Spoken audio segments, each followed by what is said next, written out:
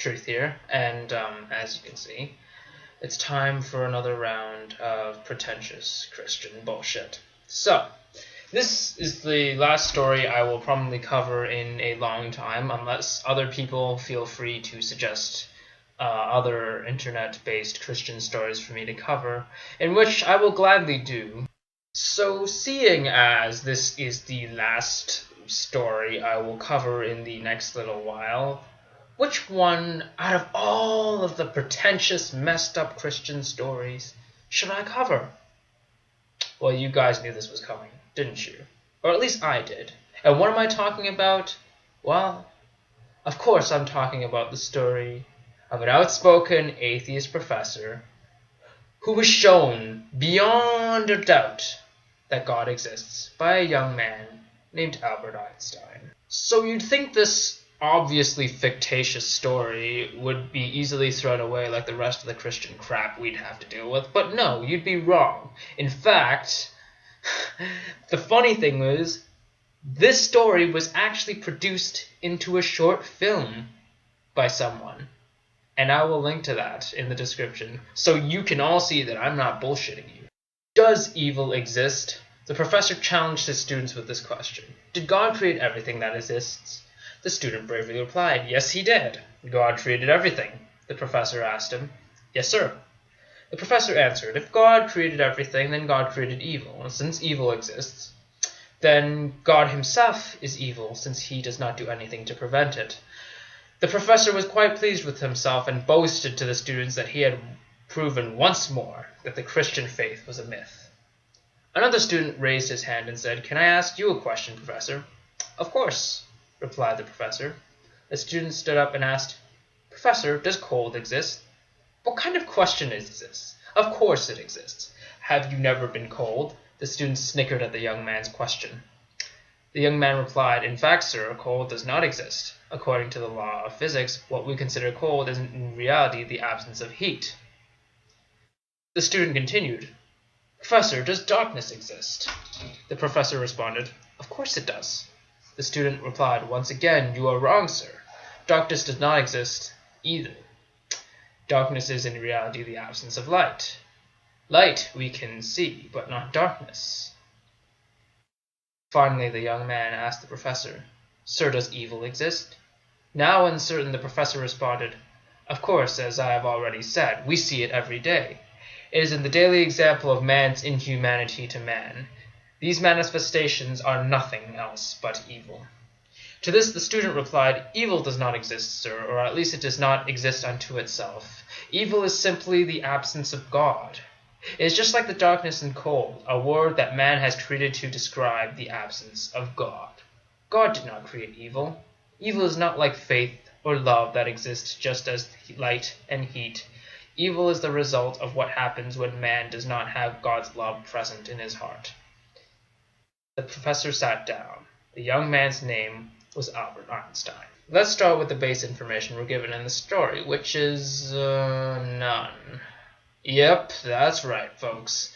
This is another one of those stories where we are given absolutely no information about where or when this takes place. How surprising. However, I think there's something interesting I have to mention here, and this is from Albert Einstein's own biography, so if you don't believe me, you can go ahead and read it for yourself. But Albert Einstein explicitly stated that he broke away from religion in his early teenage years, and that any God he might have accepted was the fact that the universe itself and everything in it, all the phenomena that he observed, was a religious and awe-inspiring experience for him. So before I even delve into the content of this story, it's already looking like this is a load of horseshit. But you know what? Why don't I give it a go anyways? Or if you've been in the atheist community for long enough, you'll notice that the professor's argument essentially is the problem of evil. A very dumbed down version, but still the problem of evil. So at first glance, Einstein's argument seems to be pretty watertight, right? Well, at least that's what my friend thought when he showed this to me in a chain email he was sent by other Christian fellow friends of his. Boy, was he mistaken. I'd like you guys to do a thought experiment. Think of the first word as the antonym of cold. Most of you would say hot, not heat, and rightfully so. Why? Because heat is not an adjective like hot and cold. Heat is a noun. Heat is a physical phenomenon that would exist regardless of our experiencing it, whereas hot and cold are relative to human experience. So comparing heat and cold in this example and saying that cold is simply an absence of heat is a false comparison. When asked what is the antonym of evil, most of you would answer good and not an absence of God. Now why is that? Why is that important? Well, because most of you would be right. Good and evil are adjectives. They're used to describe things relative to our experience, whereas an absence of God describes, of course, an absence of not only some experience, but supposedly, according to Christian doctrine at least, the absence of a physical being. And that is a false comparison. Let's say I grant Christians everything that they've said so far as factually and logically true. Okay, then let's just say that because evil is the absence of God, good is the presence of God. So, if anything is good, does that mean that God is always present in good, even though people don't believe in a God? Or if evil is present, does that mean that people have an absence of God, even if it is believers of this God that commit evil in the first place? But you see, it gets even worse than that. Because when you define words like good and evil as the absence or the presence of God, you've essentially broadened the definition of those terms to make them completely meaningless. Like, all it really describes is God is God. God can do something benevolent, like heal the sick, or he can do something malevolent, like destroy the world with a global flood. It means nothing to say good is the presence of God. The second major problem with this story is comparing physical phenomena like heat and light with metaphysical phenomena like good and evil. And these two are not comparable because heat and light can be objectively measured, while as good and evil cannot.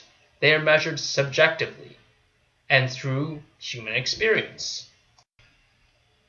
But the third and final nail on this coffin is that this story uses circular reasoning and presupposition in order to bolster its argument. To understand why this argument is circular, let me first restate the argument that Einstein puts forth. Premise 1, he asserts that evil is the absence of God, which in and of itself is a presupposition, but let's grant him that. Following from premise 1, premise 2 is, therefore, that good is therefore the presence of God. Premise 3. From 1 and 2, we can therefore conclude that good does exist and evil is the absence of good. Conclusion, God must therefore be good. Do you guys not see why this is flawed? Well, how about an exercise? Why don't you replace the word good with God? Because the conclusion states that God must be good. And we can see how well this argument holds up. Premise 1. Evil is simply the absence of good. By implication, from premise 1, good is simply the presence of good. Good and the absence of good exist in the world, therefore, good must also exist. Yeah.